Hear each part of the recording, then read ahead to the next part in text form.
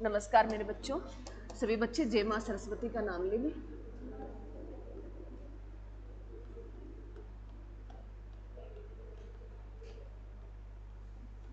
क्या पढ़ रहे हैं?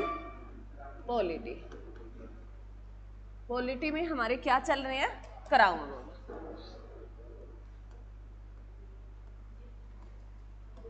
क्राउन रूल जो है मेरे बच्चों 1857 के क्रांति के बाद पूरे भारत पर किसने राज कर लिया था? ब्रिटिश सरकार का अधिकार हो गया था। और ये क्राउन रूल जो है मेरे बच्चों 1858 से शुरू होते हैं और कब तक चलते हैं? ये 1947 तक चलेंगे। इसमें जो हमने कल कर लिया था मेरे बच्चों 1858 का भारत शासन अधिनियम, भारत शासन अधिनियम, ये कुछ कर लिया था, हमने कर लिया था ना। इसमें जो क्या क्या शुरू हुआ था मेरे बच्चों, एक तो जो है भारत का गवर्नर जनरल था, उसका पद समाप्त हो गया था और उसकी जगह उसको क्या बोला गया? वायसराय कहा गया। तो इसमें जो पहला वायसराय बना था वो कौन बना था? भारत का फर्स्ट है वायसराय कौन? फर्स्ट जो वायसराय बना था मेरे बच्चों कौन बना था? Lord Canning. कौन बना था? Lord Canning. यह लॉर्ड कैनिंग, इसे किसका जनक माना जाता है मेरे बच्चों? किसका जनक माना गया था लॉर्ड कैनिंग को? इनकम टैक्स का। किसका मेरे बच्चों? इनकम टैक्स का। इनकम टैक्स का जो जनक किसे माना गया था?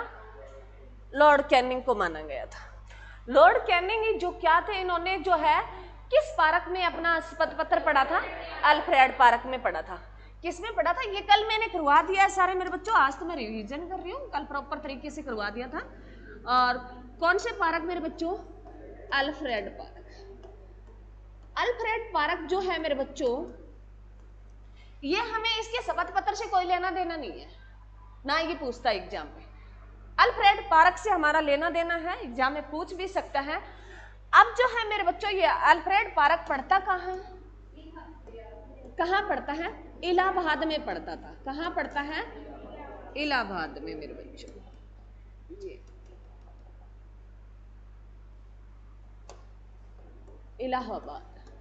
इलाहाबाद में पढ़ता है। इलाहाबाद जो है कहाँ पड़ता है मेरे बच्चों? यूपी में पड़ता है। कहाँ पड़ता है? यूपी में। और जो हमारा टाइम मापा गया ना मेरे बच्चों, इसी इलाहाबाद से जो टाइम जो है चैनल निकलता है, देशांतर जो हमारी निकलती है, हमारे भारत का जो टाइम मापा गया है इलाहाबाद से निकलता है, जो है इंग्लैंड के ग्रीनविच से निकाला गया है, वो इलाहाबाद से निकलता है। इलाहाबाद का नाम बदलकर क्या कर दिया गया? प्रयागराज। इलाहाबाद का नाम बदलकर क्या कर दिया गया है मेरे बच्चों? प्रयागराज कर दिया गया है। क्या कर दिया गया? प्रयागराज। और प्रयागराज जो है यूपी का कौन से नंबर का जिला बन गया मेरे बच्चों? 73 है या 75 है? पुराने बच्चे बताएंगे, पुराने बच्चे बताएं, ये जिला 73वां बना था या 75वां बना था? लिखाया जरूर है मैंने।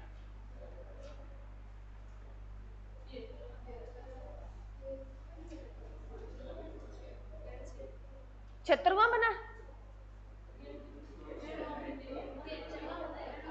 अरे कोई बात नहीं, मैंने कहा ना पुराने बच्चों से बात करी मैं एक बार।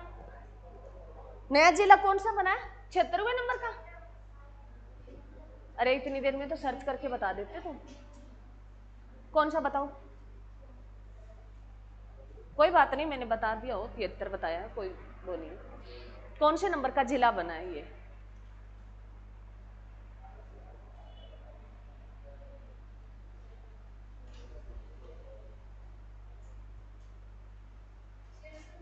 क्षेत्र। Very good. भी कल मेरे से ये मेरे को भी डाउट था, फिर मैंने देखा नहीं, ध्यान नहीं दिया, तो याद रखना, कोई बात नहीं। 73 का 76 कर दो। ये कौन से नंबर का जिला बन गया मेरे बच्चों? 76वें नंबर का जिला बन गया, क्योंकि मेरे को डाउट था तभी मैंने ये अभी तुम्हें बोला ना, नहीं तो मैं बोल देती काल वाला भी। कल मैंने 73 करा दिया था, मैं इस बात के लिए सॉरी चाहती हूँ। हाँ, परंतु मेरे को डाउट था, फिर मैंने सोचा कोई बात नहीं, मैं कल अपडेट करा दूंगी। ये 76वें नंबर का जिला बना है मेरे बच्चों। क्योंकि ये क्या किसका मेला लगा था, महाकुंभ का मेला लगा था मेरे बच्चों। महाकुंभ का मेला प्रयागराज में जो कब से लेके कब तक लगा था, महाकुंभ मेला। जिन बच्चों ने लिख रखा दोबारा लिखने की जरूरत नहीं है, जिनने नहीं लिख रखा वो लिख ले। महाकुंभ का मेला लगा था मेरे बच्चों। ये जो महाकुंभ का मेला लगता है ये 13 जनवरी से शुरू हुआ था और ये 26 फरवरी तक चला था और 2025 में लगा था। इसमें जो आपको पता है मोनालिसा और जो ये IIT वाला बॉम्बे वाला बाबा प्रसिद्ध हो गए थे, क्योंकि किसी की पहचान शुरू होती है ना, तो इसमें ये खास बात हुई थी। और महाकुंभ का मेला लगता है मेरे बच्चों, ये कितने साल के बाद लगता है, ये 144 बरस के बाद लगा था।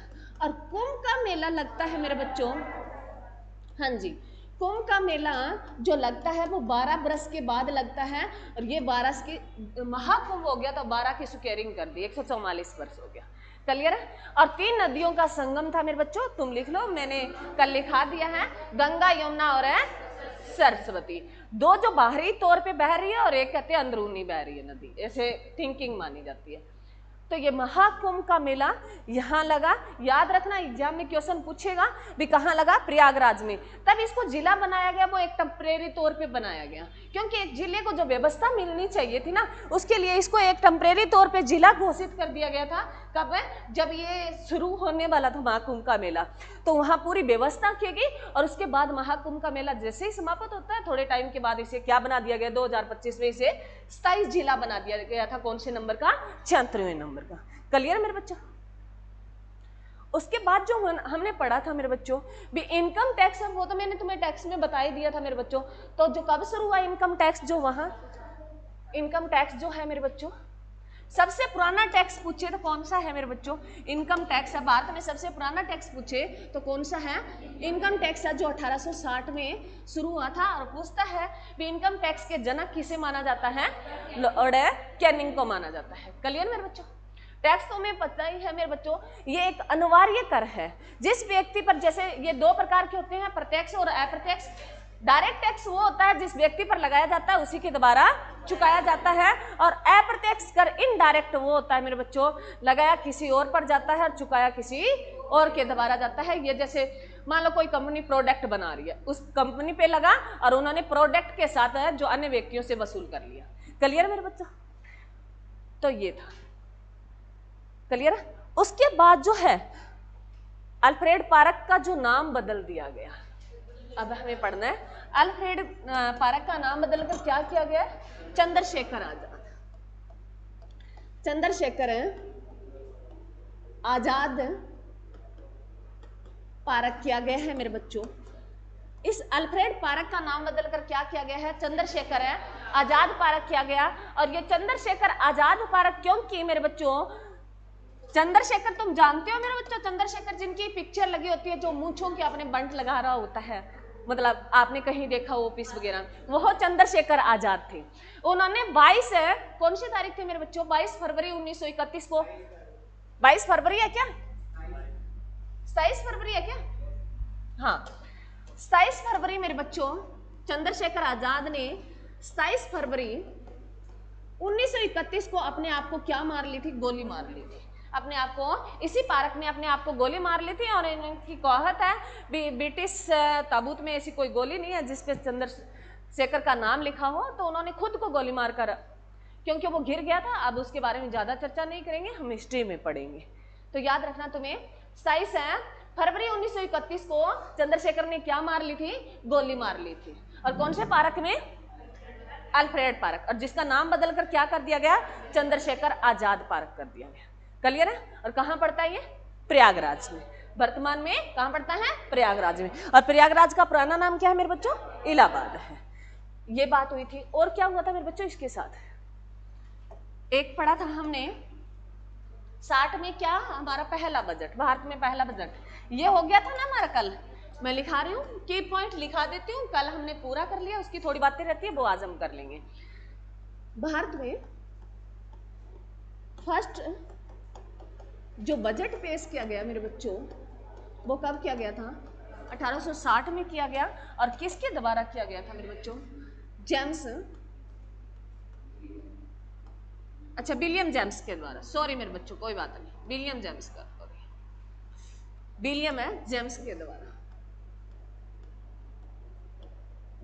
विलियम है जेम्स के द्वारा पहली बार बजट पेश किया गया 1860 में। भारत का पहला बजट पूछे एग्जाम में, बहुत बार क्वेश्चन आया, स्टार लगा सकते हो, बहुत बार क्वेश्चन आया भी भारत में पहला बजट का पेश किया गया 1860 में किया गया, और किसके द्वारा?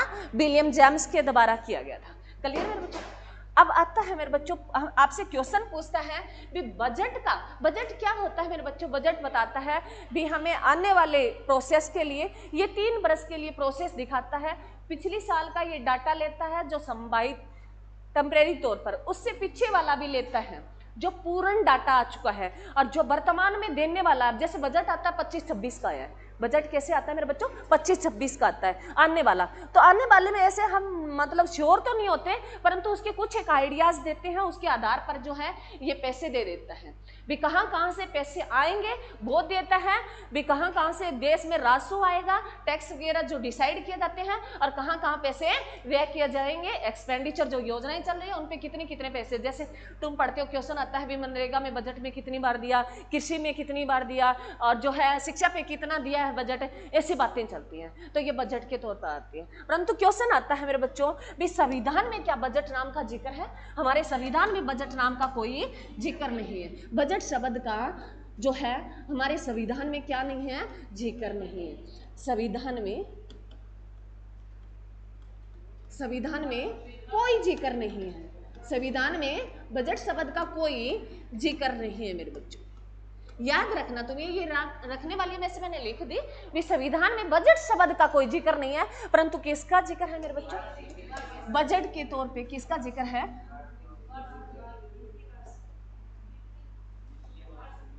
एक मिनट मेरे बच्चों, इसमें जिक्र है वित्तीय वार्षिक विवरण, वित्तीय वार्षिक विवरण का जिक्र है, वित्तीय वार्षिक विवरण का जिक्र दिया गया है, और आर्टिकल में बच्चों, आर्टिकल है 112 में किसका जिक्र है? वित्तीय वार्षिक विवरण का जिक्र दिया गया है, बजट शब्द का कोई जिक्र नहीं है, वित्तीय वार्षिक विवरण का जिक्र मिलता है जो आर्टिकल है 112 में मिलता है। क्लियर मेरे बच्चों? उसके बाद जो हमने पढ़ा था मेरे बच्चों, एक तो मैं अगर पूछे भी बजट क्या है, एक चमड़े का थैला होता है, ये कई बार नॉर्मल क्वेश्चन पूछ लेता है भी बजट क्या होता है? चमड़े का थैला होता है, और ये शब्द जो है फ्रांसीसी शब्द था, फ्रांसीसी, और सबसे पहले फ्रांस में दिया गया, तो ध्यान रखना, ये नॉर्मल बातें हैं, कई बार पूछ ले। तो हमने इसके बाद पढ़ा था भी भारत में सबसे ज्यादा बजट जो पेश करने, पहले तो जो स्वतंत्रता भारत का बजट पेश करने वाला व्यक्ति, स्वतंत्र है भारत का, स्वतंत्र भारत का फर्स्ट बजट पेश किसने किया था मेरे बच्चों? षणमुखम सेठी ने किया था। किसने किया था मेरे बच्चों? षणमुखम सेठी ने किया था, षणमुखम सेठी ने किया था, याद रखना किसने किया था? षणमुखम सेठी ने किया था। उसके बाद जो है मेरे बच्चों नेक्स्ट लाइन है गणतंत्र भारत का, हाँ जी, गणतंत्र है, गणतंत्र भारत का फर्स्ट बजट पेश किया था, वो किसने किया था मेरे बच्चों? जॉन मथाई ने किया था। किसने किया था? जॉन मथाई ने किया था, जॉन मथाई ने, किसने किया? जॉन मथाई ने किया। सबसे अधिक बार बजट देने वाला भारत में, सबसे अधिक बार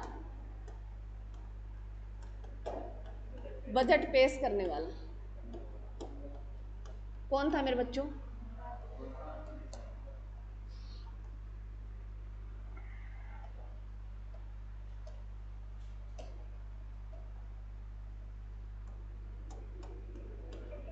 मोरारजी देसाई। सबसे अधिक बार बजट पेश किया था वो किसने किया था? मोरारजी देसाई ने किया था। यही वही मोरारजी देसाई है मेरे बच्चों, जो मैंने तुम्हें पंचवर्षीय योजना में कराया था, जो किस पार्टी से है? जनता पार्टी से। किससे है? जनता पार्टी से। जो अपनी सरकार कब बना लेगा? 1978 में। 1978 से 80 से जनता पार्टी की सरकार रहेगी। उस टाइम प्रधानमंत्री कौन रहेंगे? मोरारजी देसाई रहेंगे। मैंने पंचवर्षीय योजना में तुम्हें ये बात बताई थी। क्लियर? फिर इसकी सरकार गिर जाएगी मेरे बच्चों। जो रोलिंग प्लान आया था वो इसी के नेतृत्व में। अब जो है वर्तमान, और बजट पेश कौन करता है मेरे बच्चों? बजट पेश करता कौन है? वित्त मंत्री करता है। वित्त मंत्री। तो वर्तमान में जो वित्त मंत्री है मेरे बच्चों कौन है? वर्तमान में वित्त मंत्री हमारी कौन है? ठीक है ठीक है भाई, निर्मला सीतारमन। सीतारमन रमन न लगा सकते हो, न लगा सकते हो, कोई वो आपकी मर्जी। तो वित्त मंत्री कौन है? निर्मला सीतारमन। अभी ये रिकॉर्ड टूट जाएगा, मोरारजी देसाई का ये रिकॉर्ड तोड़ देगी। तो इसने अभी तक कितनी बार बजट पेश किया है?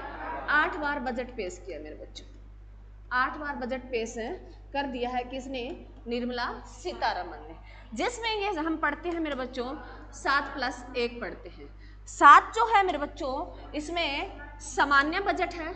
7 जो है सामान्य बजट पेश की है, और 1 जो है अंतरिम बजट पेश किया है मेरे बच्चों। 1 क्या किया है? अंतरिम बजट पेश किया है। किसने? निर्मला सीतारमन ने। तो क्वेश्चन पूछ सकता है भी निर्मला सीतारमन ने अभी तक कितनी बार बजट पेश किया? तो 8 बार किया है, जिसमें 7 सामान्य बजट और 1 अंतरिम बजट। सुन लो क्या है। 7 सामान्य जो नॉर्मल हर साल होता है वो सामान्य हो गया, ठीक है। अंतरिम होता है मेरे बच्चों जब सरकार बदलने वाली हो और पता ना हो भी सरकार किसकी चेंज होने वाली है, जब बजट देना हो तो वो अंतरिम बजट होता है। तो निर्मला सीतारमन ने कितने अंतरिम बजट कितने पेश किए? 1 किया है और 7 है सामान्य किया है। 2024 में 2 बार बजट पेश किया गया था, 1 फरवरी को और 1 जो है 23 अगस्त को। क्लियर मेरे बच्चों? ये कल हम हो गया था, इतना तो हो गया था ना हमारा। ये कल पिछली क्लास में मैंने करवा दिया था, आज मैंने रिवीजन करवा दिया है। इसके साथ जो है मेरे बच्चों तुम्हें क्या ध्यान रखना है? इसके साथ ध्यान रखना है जो 2026 का, हाँ 25-26 का जो बजट आया था, सुन लो एक बार, लिख बाद में लेना, सुन लो एक बार, क्योंकि तुम फिर मैं मेरे हिसाब से बता देती हूँ, तुम अपने हिसाब से तुम कॉपी बनाते हो तो अलग अलग कलर डालते हो, तो वो हिसाब से लिख लेना। एक बार सुन लो, क्योंकि मैं आगे पीछे कर देती हूँ, मैं कई बातें दिमाग में पहले आ जाती, मैं पहले ट्रांसफर कर देती हूँ कई बात में। तो सुन लो, 2025-26 का बजट आया मेरे बच्चों, जो कब आया था? कब आया था? ये 1 फरवरी 2025 को किया। किसने किया? पेश किसने किया मेरे बच्चों? निर्मला सीतारमन ने किया। तो उन्होंने, इसमें तुम्हें क्या याद रखना है, अभी मैं ये सारे डाटा नहीं लिखाऊंगी क्योंकि ये पता नहीं भी इलेक्शन कब हो, कब किस पे, अब क्या पता नया आ जाए, तो इसमें तुम्हें ये जो बातें मैंने पीछे लिखाई है वो ऑथेंटिक थी, वो तुम्हें याद करनी पड़ेगी। बजट कितनी बार आ जाए, इसमें क्या करना है? इसमें 4 इंजनों पर दबाव डाला, 4 इंजन दिए। सुन लो, पहले लिखना नहीं है, मैं लिखूं तभी तुम्हें लिखना है। 4 इंजन दिए गए, भारतीय अर्थव्यवस्था के 4 इंजन होंगे। 4 इंजन के मतलब 4 ऐसे क्षेत्र चुने गए जिन पे सबसे ज्यादा फोकस किया जाएगा। भारतीय अर्थव्यवस्था के 4 इंजन नाम दिया गया, 4 इंजनों पे सबसे ज्यादा काम किया जाएगा, इस बजट में आए थे। वो 4 इंजन कौन कौन से थे? लिखना नहीं है तुम्हें। 4 इंजन तो समझते हो मेरे बच्चों? अरे इंजन से क्या चलती है? इंजन से रेलगाड़ी चलती है, इंजन से ट्यूबवेल चलती है। तो इंजन से हमें क्या चलानी है? अर्थव्यवस्था चलानी है। यहाँ क्या चलानी है? इंजन से अर्थव्यवस्था चलानी है भारत की। तो 4 इंजन कौन कौन से थे इसमें? 1 मिनट में 4 इंजन थे, उसमें लिखो। फर्स्ट जो था कृषि पे, सबसे ज्यादा फोकस किया जाएगा वो कृषि पर किया जाएगा। और सेकंड जो था मेरे बच्चों वो किस पे फोकस किया जाएगा? अस अम ई, एक बार ऐसे जैसे लिख रही हूँ मैं वैसे लिख लो, फिर इसका एक्सप्लेन भी करेंगे। जो है 4 इंजन जो है कृषि होगी, अमस अम्मी होगी, मैं फुल फॉर्म बताऊंगी तुम्हें। और तीसरा है मेरे बच्चों निवेश हो गया, इन्वेस्टमेंट, निवेश पे। और चौथा है मेरे बच्चों निर्यात, एक्सपोर्ट हो गया। ये 4 इंजन बताए गए अर्थव्यवस्था के भी। सबसे ज्यादा जो सरकार काम करेगी, जो जनता काम करना, फोकस करना, ध्यान देना है, वो इन 4 चीजों पर सबसे ज्यादा हमें ध्यान देना है अपनी अर्थव्यवस्था को चलाने के लिए। तो कृषि तो मेरे बच्चों तुम्हें पता ही, अभी सब्सिडी वगैरह छूट वगैरह देगी, अच्छी क्वालिटी के बीज वगैरह देगी, तो उत्पादन क्षमता बढ़ाएगी, अच्छी मंडियों स्थापित करेगी और मंडियों तक पहुंच स्थापित करेगी भी। जो है कृषि माल है वो तुरंत पहुंच जाए, सब्जियां खराब ना हो, उसकी व्यवस्था करेगी। ये बातें बोली गई थी इसमें, ठीक है। दूसरा है मेरे बच्चों, ये मोस्ट इंपोर्टेंट है, अमसम में क्या है, पहले तो इसकी फुल फॉर्म लिखना चाहो तो लिख लो। यह है मेरे बच्चों micro small medium, micro small medium मेरे बच्चों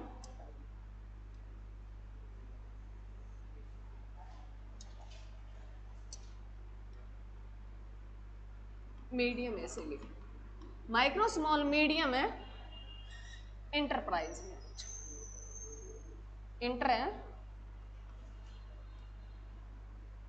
प्राइज जो है माइक्रो मेरे बच्चों सूक्ष्म, माइक्रो क्या होता है सूक्ष्म, स्मॉल क्या होता है मेरे बच्चों छोटा, माइक्रो तो होता है बिल्कुल सूक्ष्म, मतलब हमें दूरबीन लगा के देखते हैं उस तरीके से, स्मॉल होता है उससे थोड़ा सा बड़ा, मीडियम मतलब माध्यम। ये उद्योग है, ये क्या है उद्योग है मेरे बच्चों। तो 3 प्रकार के उद्योग बताए गए, माइक्रो जो सूक्ष्म है बिल्कुल छोटे, जो हमें मतलब सरकार को आम, बड़ा उद्योग होता है मेरे बच्चों, बड़ी बिल्डिंग व्यवस्था लगी होती है, वो तो दिखाई दे ही देता है, वो तो दूर से दिखाई दे देता है, सुर्खियों में रहता है। छोटा उद्योग मतलब लोग घरों में काम करते हैं छोटे छोटे, तो वो सूक्ष्म है। समूल जो ठीक ठाक लेवल पे हो, जैसे मतलब खंड स्तर पर हो। और जो है मीडियम होता है मेरे बच्चों जो पूरा जिला उभर के सामने आए। तो ये 3 उद्योग है मेरे बच्चों, मेरी तरफ ध्यान दो, मैं तुम्हें बता रही हूं। तो ये 3 प्रकार के उद्योग उन्होंने बताया। सबसे ज्यादा एमएसएमई पे फोकस किया जाएगा, माइक्रो स्मॉल मीडियम है इंटरप्राइज, इन सबसे ज्यादा इन पे फोकस किया जाएगा। तो इनमें एक ले बनी हुई होती है भी कितना इसमें इन्वेस्टमेंट करें और उससे जो है हमें कितना फायदा हो, तो उसकी आती है मेरे बच्चों, वो लिख लो। ये पूछता है भी एमएसएमई में जो कितने रुपए दिए जाएंगे और उसका जो है कितना उससे मतलब पैदावार आएगी, तो इसमें लिख लो। ये 3 है मेरे बच्चों, माइक्रो और स्मॉल और मीडियम, क्लियर है 3 है। इसमें जो मेरे बच्चों इन्वेस्टमेंट किया जाएगा 2.5 करोड़ का, कितना किया जाएगा 2.5 करोड़ का। और इसमें मेरे बच्चों इसका 10 गुना, याद रखने का 7 तरीका ही बता रही हूं, इसका 10 गुना, तो इसका 10 गुना कितना हो जाएगा मेरे बच्चों 25 करोड़, इसका 10 गुना कितना हो जाएगा 25 करोड़। इसका अब 5 गुना किसमें मीडियम में, इसका 5 गुना कितना हो जाएगा, 5 गुना मेरे बच्चों 125, कितना हो जाएगा 125। सुनो यह है मेरे बच्चों खर्चा, ये खर्च करें, खर्च एक्सपेंडिचर जो करेंगे मतलब व्यय करेंगे, देगी सरकार हमें खर्च करने भी इतने तक एक बाउंड्री रखी गई भी। जो माइक्रो जो उद्योग है उसमें हम 2.5 करोड़ तक खर्च कर सकते हैं, और जो है स्मॉल उद्योग जो है उसमें 25 करोड़ तक हम खर्च कर सकते हैं, मतलब इन्वेस्टमेंट कर सकते हैं उसमें। और जो मीडियम है उसमें 125 करोड़ का कर सकते हैं। अब इससे बेनिफिट क्या है, उससे जो है हमारा फायदा जो है, रिटर्न क्या है, कितने तक होना चाहिए उसका, कितने तक है होना चाहिए मेरे बच्चों। तो इसका जो है 2.5 करोड़ का, इसका 10 करोड़ का, इसका 10 करोड़ का रिटर्न होना चाहिए भी। हम 2.5 करोड़ लगा रहे हैं तो हमें फायदा जो है 10 करोड़ तक होना चाहिए। इसका 10 करोड़ है मेरे बच्चों, इसका फिर 10 गुना, इसी का क्या है 10 गुना। अब तुम्हें ये इसको ही लेके चलना है, पहले मैंने ये बताया भाई 2.5 करोड़ याद रखना है तुम्हें माइक्रो वाला, उसका फिर ये 10 गुना, इसका ये 5 गुना, वैसे ही इसका मेरे बच्चों ये 10 गुना, तो कितना हो गया 100 करोड़, कितना हो गया 100 करोड़। उसके बाद है इसी का ये अब इसका 10 गुना और इसी का 5 गुना, तो ये 500 करोड़, ये वैल्यू दी गई थी मेरे बच्चों। तो पूछ सकता है तुम्हें माइक्रो में कितना एक्सपेंडिचर करना और उससे कितना बेनिफिट है। तो ये एक सीरीज है, इकोनॉमिक्स के बच्चे हैं जो इकोनॉमिक्स से स्टेट वगैरह होता है उनमें तो ये पूछना ही पूछना है, बाकी क्या पता नॉर्मल क्वेश्चन आ जाए तुम्हारे भी। माइक्रो में कितना जो है, कितने तक हम बाउंड्री है, ये कितने तक खर्च कर सकते हैं और कितने तक हमें प्राप्ति होगी। क्लियर मेरे बच्चों, क्लियर। उसके बाद जो था मेरे बच्चों, हमने 4 इंजन पढ़े। उसके बाद निवेश था भी, निवेश इन्वेस्टमेंट में है, इन्वेस्टमेंट भी जो है अच्छी दरों में कमी दी जाएगी, ब्याज दरें सस्ती होगी, तो उनमें लोग, जो लोगों के हाथों में पैसे जाएंगे, लोग क्या करेंगे, उद्योगों में अपना इन्वेस्टमेंट करेंगे। और जो है निर्यात जो है मेरे बच्चों, उनमें टैक्स वगैरह, जो ये टैरिफ वगैरह होते हैं वो कम किए जाएंगे। जो निर्यात कर रहे हैं, बाहर जो हम सामान भेज रहे हैं, उन जो उद्योगों पर सबसे ज्यादा फोकस किया जाएगा। जो सामान है एक्सपोर्टिंग कर रहे हैं दूसरे देशों को, उसको सबसे ज्यादा, एक तो उनको कई फायदे होते हैं मेरे बच्चों। एक तो जब हम प्रोडक्ट बना रहे हैं तो उस पर कुछ सब्सिडी मिल जाती है साधनों पर, जो साधन लगे होते हैं ना उसमें। दूसरा जो है वो प्रोडक्ट जो दूसरे देश में पहुंचा रहे हैं तो उसमें जो टैक्स वगैरह है, टैरिफ वगैरह है, उनमें जो है सब्सिडी दी जाती है, टैरिफ वगैरह में छूट कर दी जाती है। तो निर्यात को, ये 4 इंजन थे, कृषि, एमएसएमई और निवेश और निर्यात। क्लियर? अरे क्लियर? ये था मेरे बच्चों बजट का, मैंने तुम्हें बीच में बता दिया था। ये इकोनॉमिक्स वाले में ऐड करो तो कोई बड़ी बात नहीं है, यहाँ करो तो एक बॉक्स में डाल देना भी ये इकोनॉमिक्स पे। क्लियर मेरे बच्चों? चलो उसके बाद जो है मेरे बच्चों क्या था, लिखो अगला, लिखो 1861 का भारतीय परिषद अधिनियम। उसके बाद लिखो 1861 का भारतीय परिषद अधिनियम।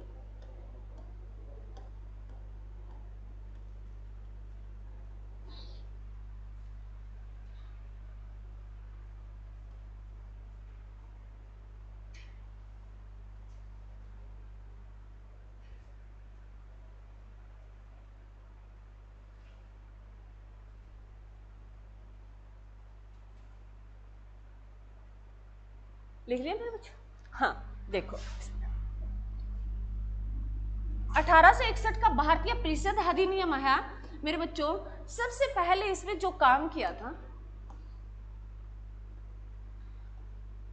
1861 में, जो भारत में क्या लागू कर दी गई थी, IPS, IPC, IPC, Indian panel code, Indian panel code को लागू कर दिया गया था।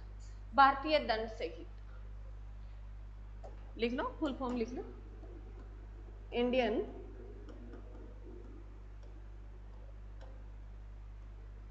पैनल कोड, भारतीय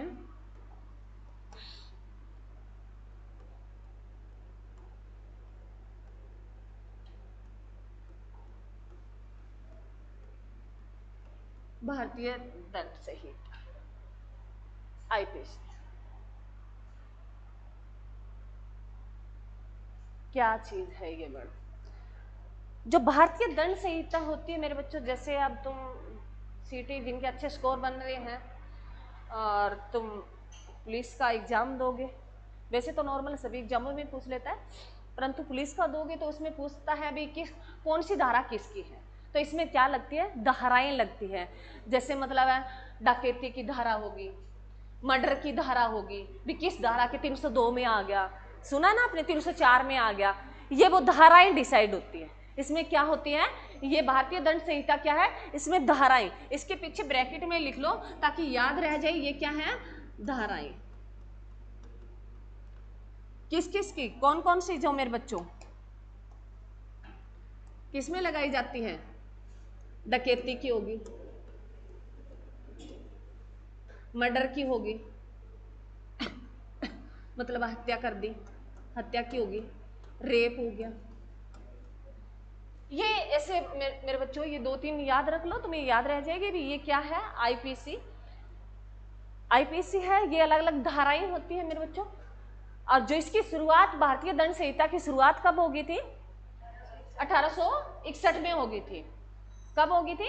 1861 में भारतीय दंड संहिता की शुरुआत होगी थी। धाराएं हैं जो हम यहाँ नहीं पढ़ेंगे, तुम्हें बाद में जैसे कराया जाएगा इकट्ठी, यहाँ हमें सिर्फ इतना पता है भी इसमें ये क्या क्या आई थी। तो धाराएं इसमें आती हैं, ये याद रखना, आईपीसी में आती है। क्लियर है? उसके बाद जो नेक्स्ट इसमें कार्य हुआ था वो हुआ था मेरे बच्चों 1862 में भारत में 3 हाई कोर्ट की स्थापना हो गई थी। भारत में 1962 में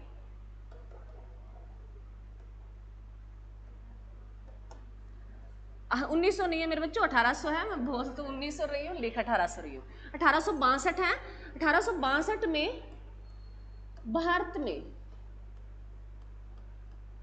3 हाई कोर्ट स्थापित किए गए थे।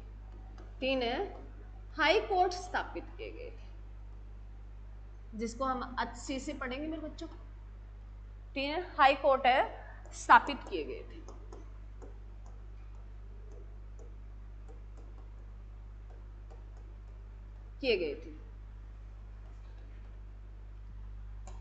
कौन कौन से थे मेरे बच्चों, बोलो।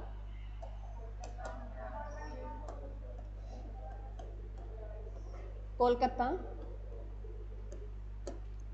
मद्रास और बॉम्बे।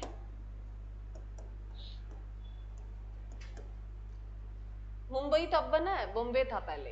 बॉम्बे क्षेत्र था जिसके 2 पार्ट अलग होंगे 1960 में, महाराष्ट्र और गुजरात। 3 हाई कोर्ट स्थापित किए गए थे 1862 में। क्लियर? यही 3 क्या थी? प्रेसिडेंसी थी। यही 3 क्या थे? बैंक थे। अंग्रेजों के यही 3 बैंक थे, यही 3 प्रेसिडेंसी थे और यही 3 हाई कोर्ट स्थापित किए गए थे। तो मेरे बच्चों हाई कोर्ट से आता है तो हम थोड़ा सा हाई कोर्ट का पढ़ लेते हैं। तो याद रखना इसमें हाई कोर्ट की शुरुआत हो गई थी वो 1862 में हो गई थी। ठीक है? हाई कोर्ट लिखो।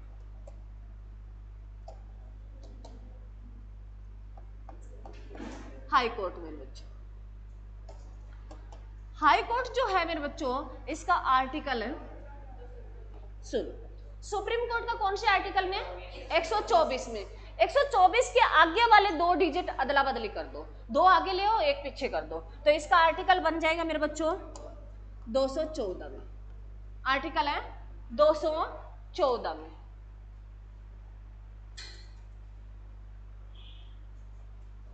हाई कोर्ट का जिक्र मिलता है वो कौन से आर्टिकल में मिलता है? 214 में। ध्यान रखना, एक याद रख लेना, याद रह जाएगा एग्जाम में। अभी तो हमें चलो हम एक ही चीज पढ़ रहे हैं तो याद है, सुप्रीम कोर्ट का चेंज करते हैं तो ये 1 आगे ले आएंगे और ये 2 पीछे ले जाएंगे, तब 124 आ जाएगा, 2 बदलते हैं। ठीक है, याद रखना। तो मेरे बच्चों कौन से भाग में मिलेगा जिक्र? भाग इसका 6 में, न्यायपालिका में पढ़ेंगे। जब भाग 6 का जिक्र करेंगे, भाग 6 मेरे बच्चों, भाग 6 ऐसे लिखना है। भाग 6 में किसका जिक्र है मेरे बच्चों? राज्य सरकार। मेरे बच्चों भाग 6 में किसका जिक्र है? राज्य सरकार का जिक्र। राज्य सरकार के बारे में पढ़ेंगे। और भाग 5 में संघ सरकार, केंद्र सरकार के बारे में पढ़ते हैं। राज्य तो अलग अलग है ना, तो इसमें राज्य का नाम नहीं ले सकते, अलग अलग राज्यों की राज्य सरकारें अलग अलग हैं। तो भाग 6 में हम किसका जिक्र करेंगे? राज्य सरकार के भाग में जो है दूसरा सबसे बड़ा भाग माना जाएगा। भाग सबसे बड़ा 5वां है, जो आर्टिकल है 52 से शुरू होता है और 151 तक चलता है। लिखना नहीं है, मैं आगे आएगा तब बता दूंगी। और ये 152 से शुरू होता है और 237 तक चलेगा, ये भाग 6। तो दूसरा सबसे बड़ा भाग है जिसमें हम किसका जिक्र करेंगे? राज्य सरकार का। इसी के फिर 3 पार्ट होंगे जिसमें कार्यपालिका होगी, विधानमंडल होगा और न्यायपालिका होगी। हाईकोर्ट का जिक्र करेंगे वो किसमें करेंगे? न्यायपालिका में करेंगे। तो वर्तमान में अगर पूछे भी भारत में कितने हाईकोर्ट है, वर्तमान में पूछे भी भारत में हाईकोर्टों की संख्या कितनी है मेरे बच्चों? 25 है। कितनी है? 25 है, 25।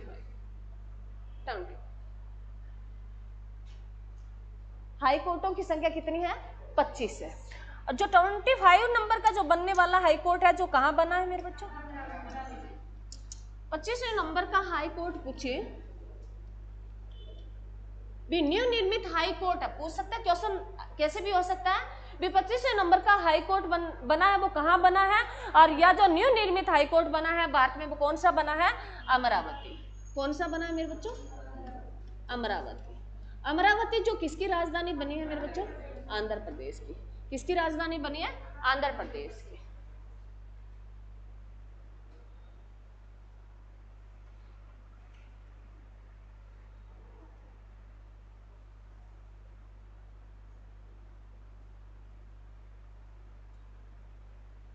जैसे मेरे बच्चों हम पढ़ते हैं भी भारत में हम राज्य और यूटी पढ़ते हैं, भारत में क्या पढ़ते हैं, राज्य और यूटी पढ़ते हैं।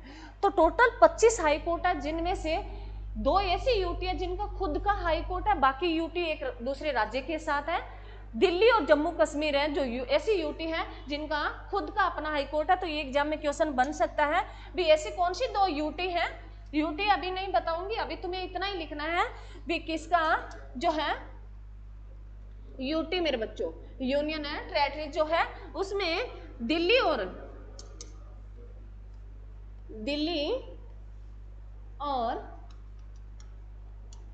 जम्मू एंड कश्मीर का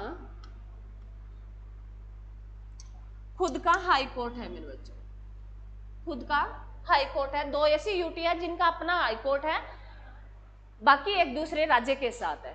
वो जब हम हाई कोर्ट पढ़ेंगे तब उसके साथ में बता दूंगी भी किस यूटी का किसके साथ है। आज तुम इतनी बातें याद रखो, क्लियर है मेरे बच्चों। उसके बाद लिखो मेरे बच्चों नेक्स्ट जो है क्राउन रूल जो है 1909 का मार्ले मिंटो सुधार मेरे बच्चों। 1909 का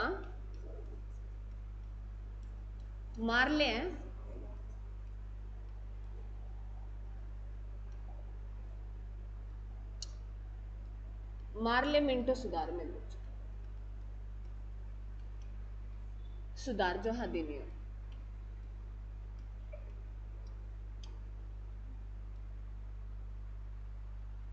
मार्ले मिंटो सुधार अधिनियम 1909 में आया। मार्ले मिंटो नाम के 2 व्यक्ति थे मेरे बच्चों, उसी के नाम पे इसका नाम रखा गया। ये मार्ले और मिंटो नाम के 2 व्यक्ति थे। इन्होंने सबसे बड़ी जो की थी मेरे बच्चों, सुन लो एक बार, लिखना बाद में है।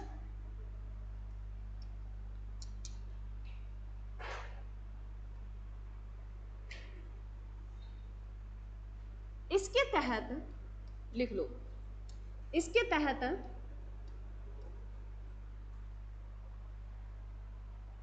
तहत भारत में सर्वप्रथम सांप्रदायिकता निर्वाचन प्रणाली शुरू कर दी गई थी। इसके तहत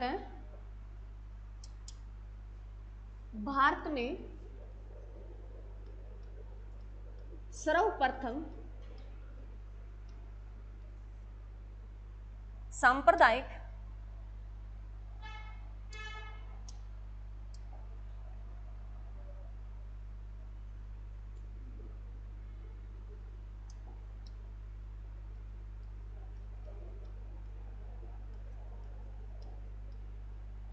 सर्वप्रथम सांप्रदायिक निर्वाचन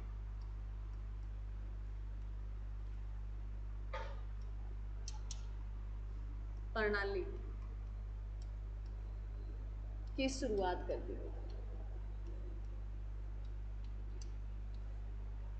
गई थी।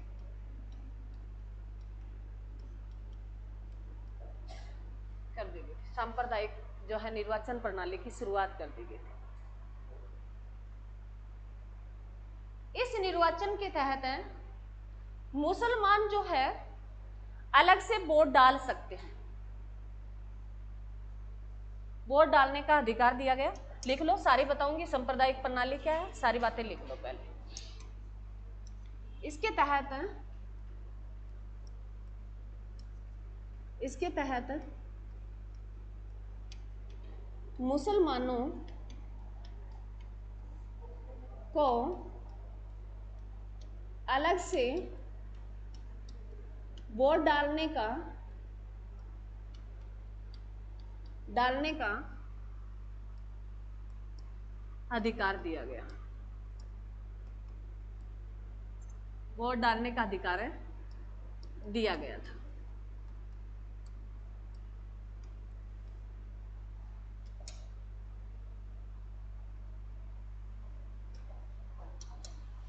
इसी अधिनियम को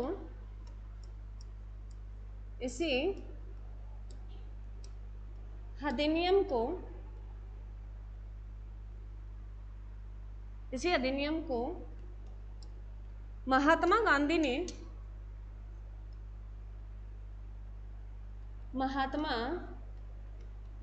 ने भारत का क्या बताया मेरे बच्चों, सर्वनाश एक्ट बताया। भारत का जो है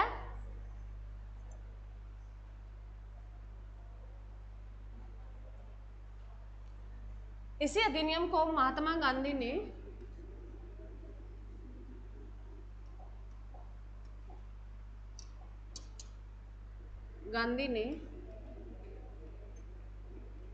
सर्वनाश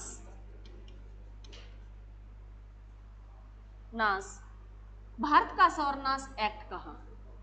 भारत का लिखना मेरे बच्चों, सर्वनाश एक्ट कहा।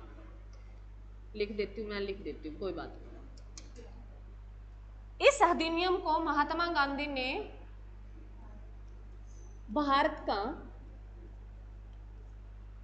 सर्वनाश एक्ट कहा। तो नाम से क्लियर हो रहा है भी मुसलमानों को अलग से वोट डालने का अधिकार दे दिया गया। तो सर्वनाश वाली बात थी मेरे बच्चों, भी हिंदू और मुसलमान क्या थे, भाई भाई थे। और अंग्रेजों ने क्या कर दिया, स्पेशल अधिकार दे दिया किसको, मुसलमानों को भी वोट डाल सकते हो। पहले तो इसको समझो, चलो मेरे बच्चों पहले स्टार्टिंग से ही समझ लेते हैं हमने क्या क्या लाइनें लिखी है। सांप्रदायिक निर्वाचन, सांप्रदायिक निर्वाचन क्या होता है, सांप्रदायिक मेरे बच्चों अलग अलग धर्म, अलग अलग जाति। सांप्रदायिक होता है मेरे बच्चों अलग अलग धर्म, अलग अलग जातियों को क्या कर दिया गया, अपना निर्वाचन, अपने जो है वोट डालने का परंपराएं जो लागू कर दी गई थी भी अपने अपने जाति को तुम वोट दे सकते हो, निर्वाचन कर सकते हो, अपनी अपनी जाति में वोट डालकर तू उसका निर्वाचन कर सकते हो। और उसमें मुसलमानों को स्पेशल बोला गया भी आप अपने अलग से पार्टी बना सकते हो और अलग से वोट डाल सकते हो, भी मुसलमान को ही वोट देगा। तो इसीलिए महात्मा गांधी ने इस एक्ट को क्या बोला था, भी भारत का सर्वनाश एक्ट बोला था। क्लियर है? अरे समझ में आया? तो सांप्रदायिक निर्वाचन क्या है मेरे बच्चों, जो अलग अलग जाति, अलग अलग धर्म के लोग अलग अलग निर्वाचन जो है खड़े हो सकते हैं और वोट है वो अपनी जाति के वोट दे सकते हैं। क्लियर है मेरे बच्चों? अरे वोट है डाल सकते हैं अपने अपने धर्म के लोगों को, अपनी अपनी जाति के लोगों को। क्लियर है? अब आता है मेरे बच्चों, तो निर्वाचन का जिक्र आया तो थोड़ा सा निर्वाचन के बारे में पढ़ लेते हैं। भारतीय निर्वाचन आयोग,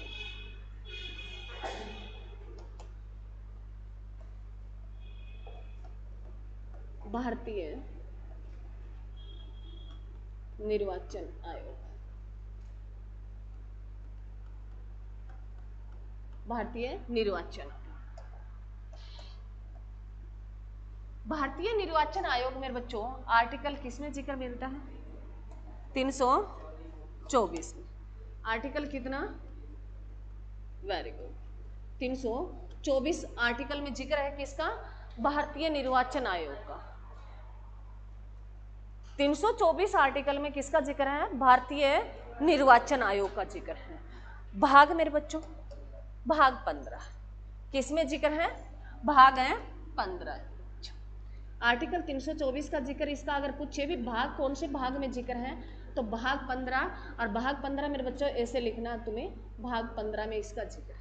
भाग 14 में किसका जिक्र है मेरे बच्चों, मैंने बताया है तुम्हें, मैंने 4 भाग बता दिया अभी तक तुम्हें।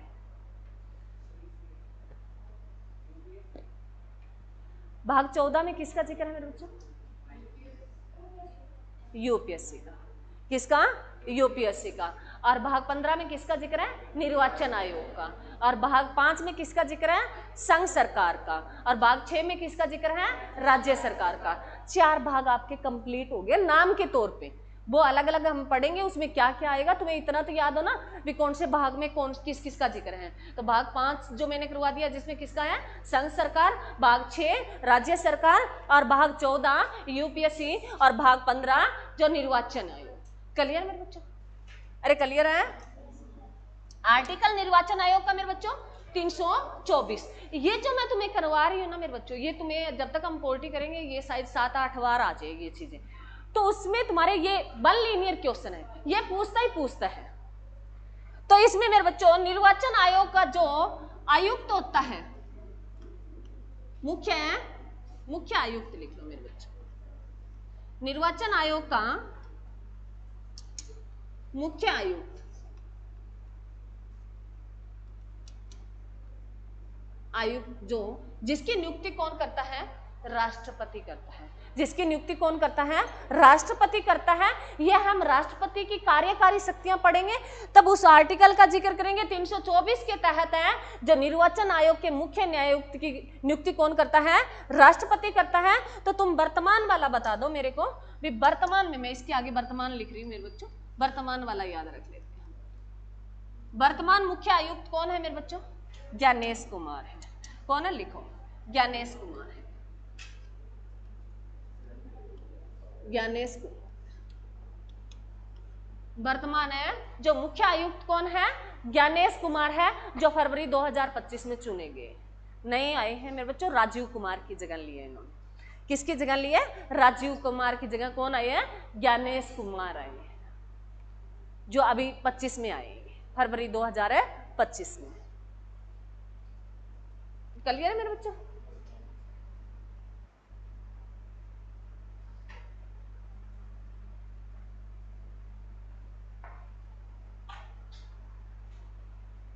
तो भारत का सर्वनाश एक्ट कौन से एक्ट को माना है, 1919 का। ये क्वेश्चन अलग अलग आएगा मेरे बच्चों। एक तो सीधा पूछ ले भी, एक्ट पूछ ले 1919 का, सन दे दे। एक पूछ ले इनका नाम दिया हो, तो कौन सा है, मार्लेमेंटो सुधार अधिनियम। किसको सर्वनाश एक्ट माना है, मार्लेमेंटो सुधार अधिनियम, जो 1909 में आया है। कब आया है, 1909 में आया है। क्लियर है मेरे बच्चों? अरे क्लियर है? इसकी जगह लिख लो मेरे बच्चों, फर्स्ट जो निर्वाचन है आयुक्त थे वो कौन थे, फर्स्ट है। अगर फर्स्ट की बात करें भी, भारत में फर्स्ट है जो मुख्य निर्वाचन आयुक्त कौन थे मेरे बच्चों, सुकुमार सेन थे। कौन थे, सुकुमार सेन थे, सुकुमार सेन थे। फर्स्ट पूछे जो है मुख्य निर्वाचन आयुक्त कौन थे, सुकुमार सेन थे। और पहली महिला पूछे, पहली महिला पूछे, फर्स्ट है महिला मुख्य आयुक्त कौन है मेरे बच्चों, रमा देवी है। कौन है, रमा देवी, रमा देवी। क्लियर? उसके बाद लिखो, नेक्स्ट लिखो मेरे बच्चों, 1919 का मोटेंग्यू चैम्सफोर्ड अधिनियम।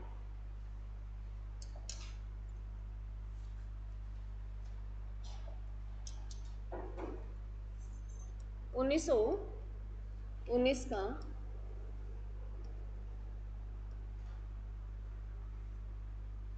मोटेंग्यू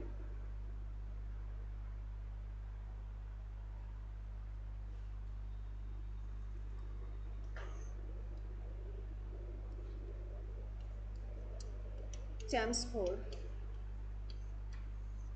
अधिनियम।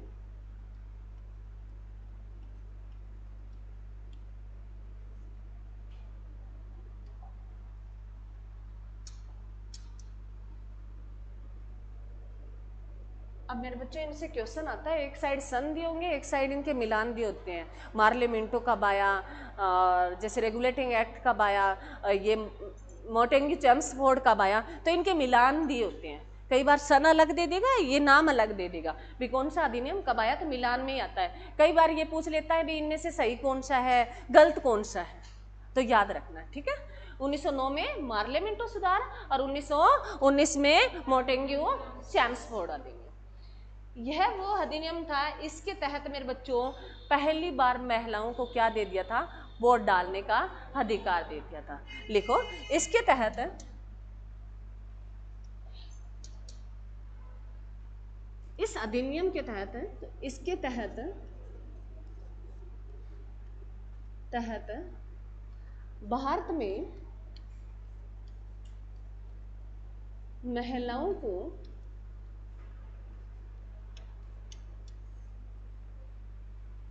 भारत में महिलाओं को वोट डालने का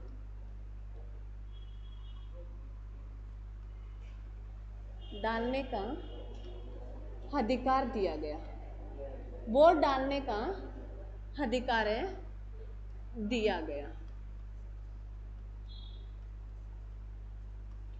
दिया गया। था। पहली बार महिलाओं को भारत में वोट डालने का अधिकार कब दिया गया? कौन से अधिनियम के तहत है? 1919 का मोटेंगी-चेम्स्फोर्ड अधिनियम के तहत महिलाओं को वोट डालने का अधिकार दिया गया था। क्लियर है मेरे बच्चों? अरे क्लियर है? इसी के साथ जो है, इसमें प्रांतों में द्वैध शासन की प्रणाली शुरू कर दी गई थी। क्या कर दिया गया था? प्रांतों में, लिखो मैं बाद में बताऊंगी, इनके बारे में जिक्र करेंगे हम। इस नियम के तहत, इस अधिनियम के तहत, इसके तहत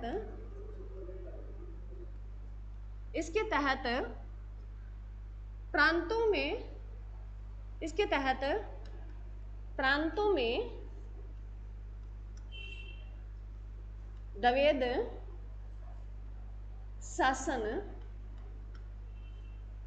द्वैध शासन की प्रणाली शुरू की गई थी।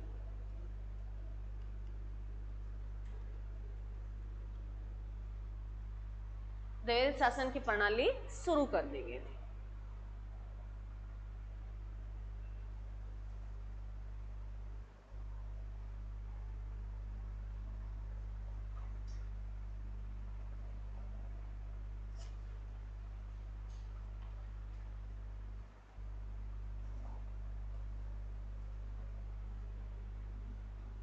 लिख लिया मेरे बच्चों?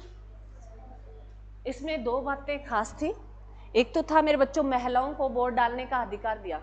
भारत में पहली बार महिलाओं को वोट डालने का अधिकार कब दिया? 1919 में। अब सुनो, उन महिलाओं को वोट डालने का अधिकार दिया जो पढ़ी लिखी थी।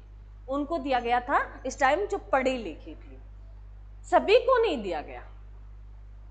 सभी को जब आजाद हो जाएगा देश, उसके बाद दिया जाएगा।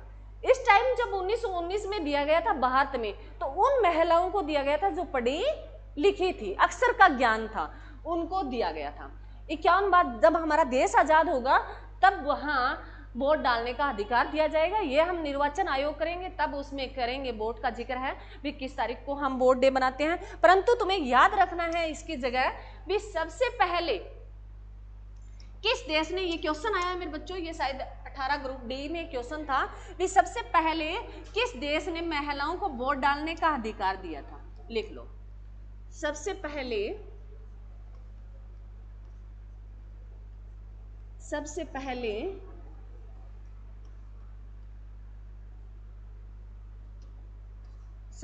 किस देश ने महिलाओं को वोट डालने का अधिकार दिया? सबसे पहले न्यूजीलैंड देश ने, सबसे पहले न्यूजीलैंड देश ने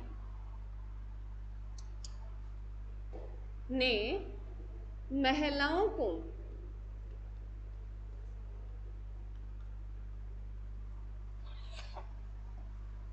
वोट डालने का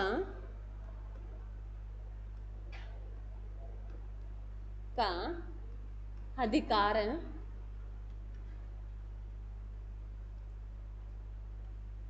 दिया था। वोट डालने का अधिकार दिया था। ये 2018 ग्रुप डी की भर्ती में था क्वेश्चन। ये सबसे पहले किस देश ने महिलाओं को वोट डालने का अधिकार दिया था? न्यूजीलैंड ने दिया था। तो मेरे बच्चों बता दो, न्यूजीलैंड की राजधानी Wellington. Very good way. New Zealand की राजधानी क्या है? वेलिंगटन।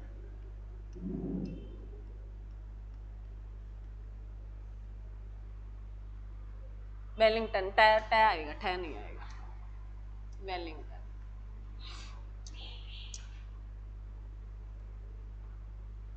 न्यूजीलैंड की राजधानी क्या है? वेलिंगटन।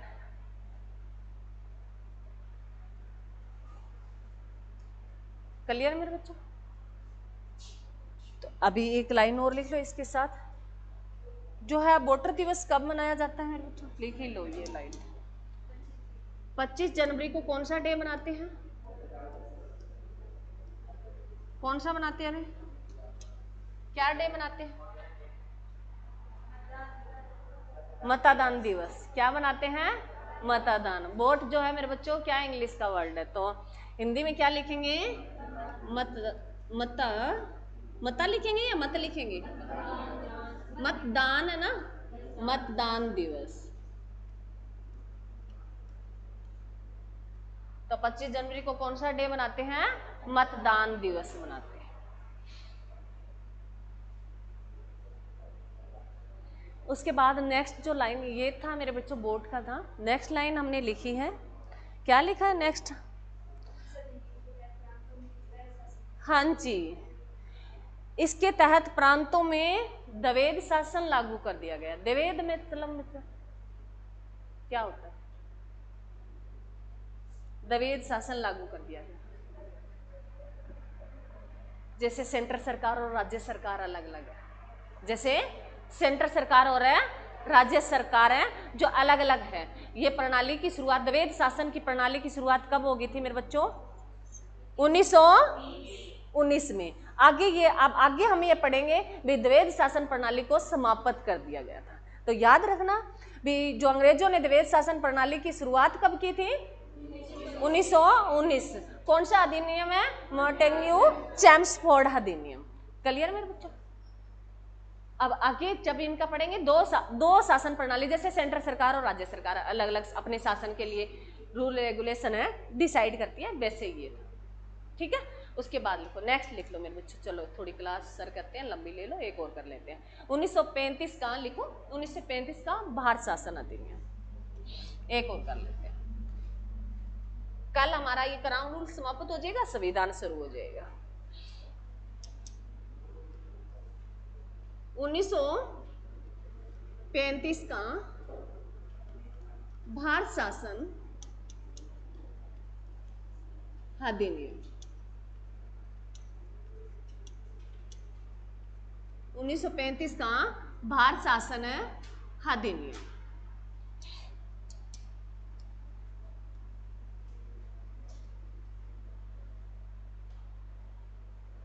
ये जो है मेरे बच्चों, ये संविधान का क्या माना गया है? इस अधिनियम को आधार माना गया है। क्या माना गया? आधार माना गया।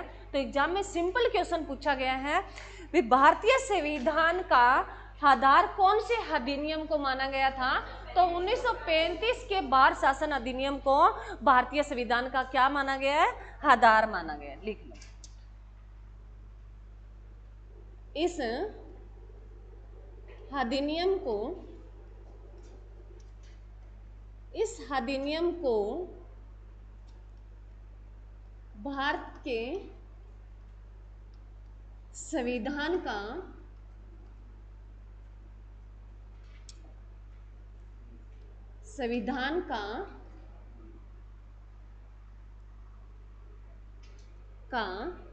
आधार माना गया था।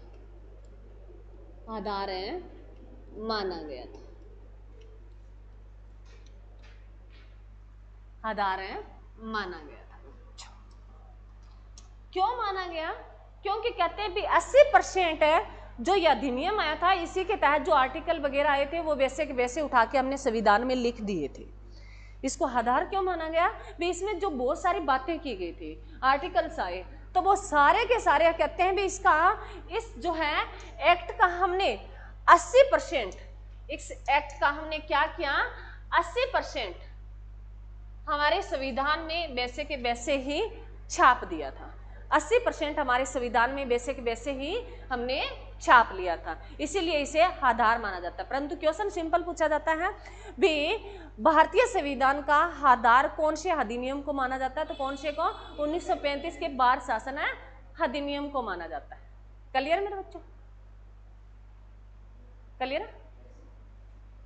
इसी के तहत मेरे बच्चों कई काम किए गए थे जो मैंने तुम्हें पीछे पढ़ा दिए हैं, वो लाइनें यहाँ लिखनी है, बस मैंने पढ़ा दी है साथ साथ। इसमें एक काम तो किया गया था मेरे बच्चों भी 1937 में जो सुप्रीम कोर्ट था वो कोलकाता से दिल्ली शिफ्ट कर दिया गया। लिख लो ये लाइनें यहाँ लिख लो। इस अधिनियम में तो ये पूछता है भी किस अधिनियम के तहत है जो सुप्रीम कोर्ट को कोलकाता से दिल्ली शिफ्ट कर दिया गया था। तो 1937 में अधिनियम पूछे तो 1935 का मेरे बच्चों, सन पूछे तो 1937। याद रखना दोनों बातें भी हम किस अधिनियम में जिक्र कर रहे हैं 1935। तो क्वेश्चन पे ध्यान रखना भी उस टाइम क्वेश्चन कैसे पूछ रहा है तुम्हें। अधिनियम पूछ रहा है तो 1935 का लिखोगे और सन पूछोगे तो 1937 में सुप्रीम कोर्ट को कोलकाता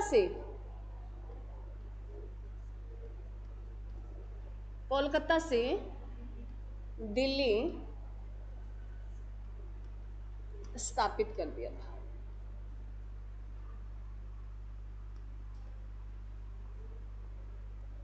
दिल्ली स्थापित कर दिया था। ये बात हमारी पीछे हो गई है मेरे बच्चों। तो बता दो जो है सुप्रीम कोर्ट का कौन से आर्टिकल में जिक्र है 124 में, और भाग कौन से में पढ़ेंगे 5 में। भाग कौन से में पढ़ेंगे 5 में। कब जिक्र करेंगे जब न्यायपालिका का जिक्र करेंगे। तो सुप्रीम कोर्ट भारत में कितने हैं 1 है। भारत में सुप्रीम कोर्ट कितने हैं 1 है। जब ये स्थापित कब किया गया था 1773 के रेगुलेटिंग एक्ट के तहत किया गया था। कब किया गया 1774 में किया गया। और जब इसमें जजों की संख्या कितनी थी मेरे बच्चों 3 + 1 थी। मुख्य जज कौन था एलिजा इम्पे था। 3 अन्य कौन थे हाइड था, चैम्बर था और लिमनेस्टर था। क्लियर है मेरे बच्चों। अरे क्लियर है। जो मेरे बच्चों दिल्ली में ये स्थापित किया गया तो कहाँ ठहराया गया था इसको राष्ट्रपति भवन में। दिल्ली में ये कहाँ ठहराया गया था राष्ट्रपति भवन में। याद रखना मेरे बच्चों ये क्योंकि है राष्ट्रपति भवन में ये लाया गया था। क्योंकि इसका आगे हम जब पढ़ेंगे तब इसका पूरा करेंगे भी इसकी जो है बिल्डिंग कब बनी थी हाई कोर्ट की और कब वहाँ स्थापित किया गया था। तब ये दिल्ली लाया गया था, तब कहाँ स्थापित किया गया राष्ट्रपति भवन में। इसी के तहत जो है हमारा क्या बन गया था मेरे बच्चों सेंट्रल बैंक जो आरबीआई की स्थापना हो गई थी। किसकी इस अधिनियम में इस एक्ट के तहत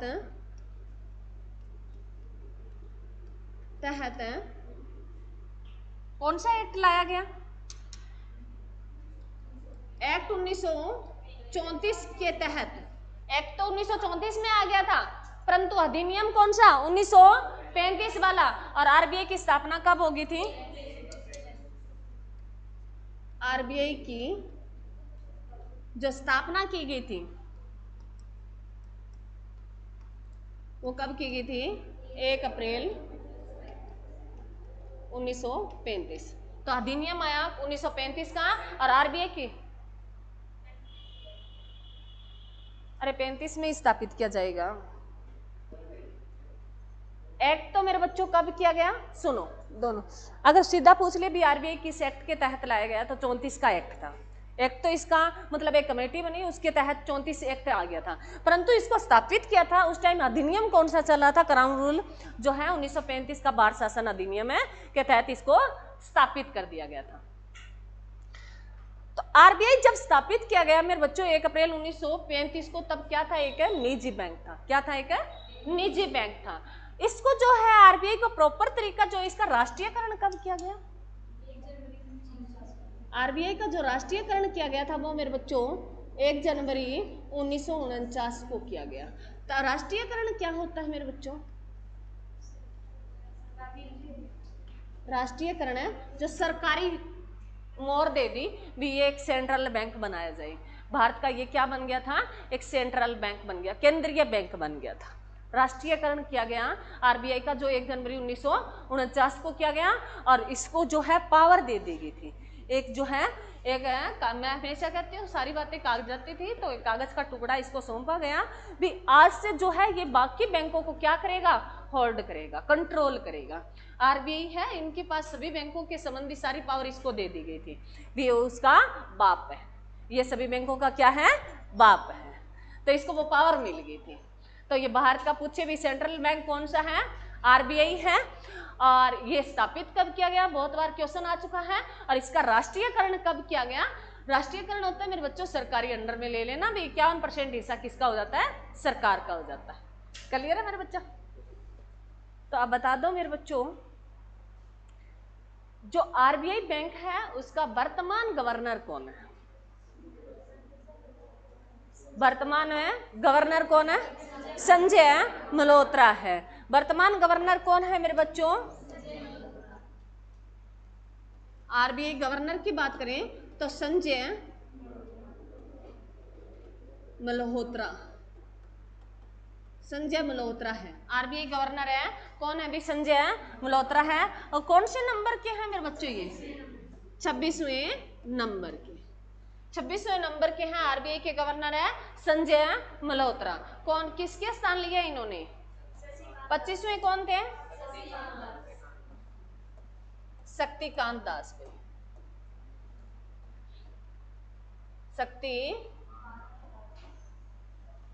शक्ति गलत लिख दिया क्या, सही लिखा, कांत दास। पहले कौन थे, आरबीआई के पहले गवर्नर कौन थे जब स्थापित किया गया 1 अप्रैल 1935 को,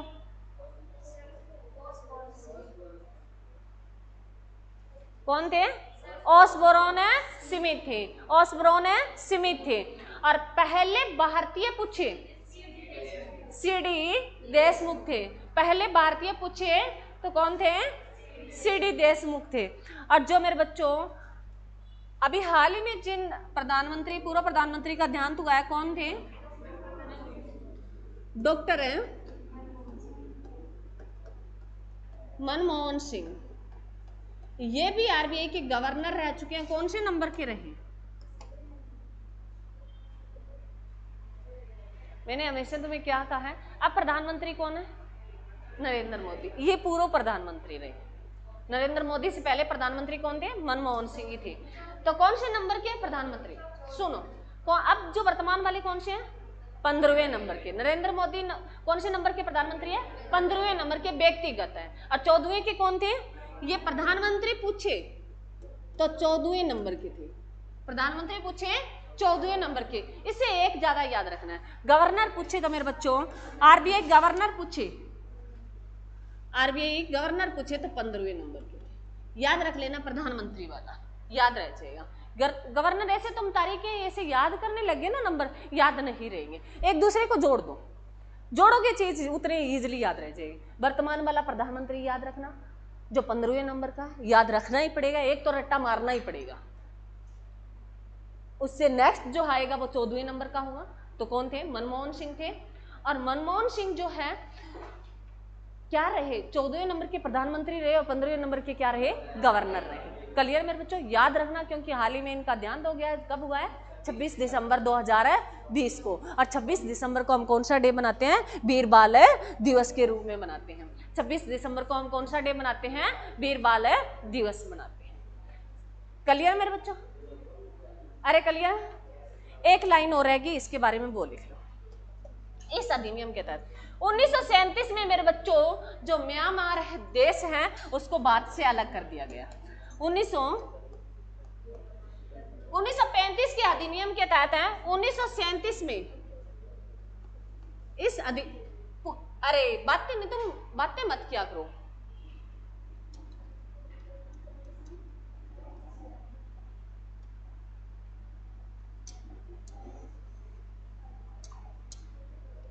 लिखो, इस एक्ट के तहत 1937 में म्यांमार देश को भारत से अलग कर दिया था। और जो इसका म्यांमार का नाम पहले पुराना नाम क्या था मेरे बच्चों? बर्मा था। क्या था? बर्मा था। और इसकी राजधानी क्या है? इसकी राजधानी क्या है? ना पिता, ना पिता, याद रह जाएगी। इसकी मुद्रा क्या है मेरे बच्चों? कयात। म्यांमार की जो है मुद्रा क्या है? मुद्रा कयात मेरे बच्चों, याद रखें। तो ये था मेरे बच्चों हमारा अधिनियम। इसके तहत जो है याद रख लेना, म्यांमार जो है 37 में अलग कर दिया गया। कौन सा? भारत शासन अधिनियम 1935 का था। और जो है बाहर से अलग कब हो गया? 1937 में अलग देश बन गया। और जो इसका नाम पहले बर्मा था और अब क्या है? म्यांमार है। और ये जो है एक लाइन और रहेगी, इसकी लास्ट लाइन है। ये हमारे म्यांमार देश जो है हमारे जो कितने राज्यों के साथ सीमा साझा करता है? ये 4 राज्यों के साथ सीमा साझा करता है। वो 4 राज्य कौन कौन से हैं? लिख लो मेरे बच्चों। 4 राज्यों के साथ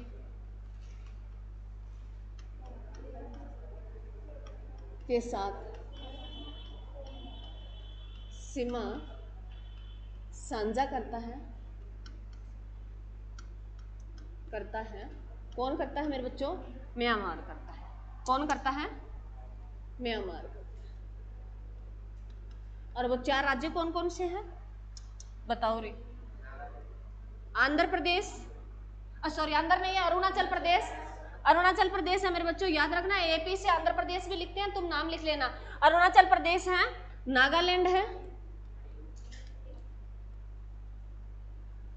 मणिपुर है और मिजोरम है। ये 4 राज्य हैं मेरे बच्चों। 4 राज्य हैं मेरे बच्चों, जो है अरुणाचल प्रदेश है, नागालैंड है, मणिपुर है और मिजोरम है। याद रख लेना। जो है ये थे हमारे बच्चों, मैंने 1935 तक तुम्हारे सारे एक्ट जो है करवा दिए। 147 वाला रहता है। कल हमारा संविधान जो है हम शुरू कर देंगे। थैंक यू मेरे बच्चों।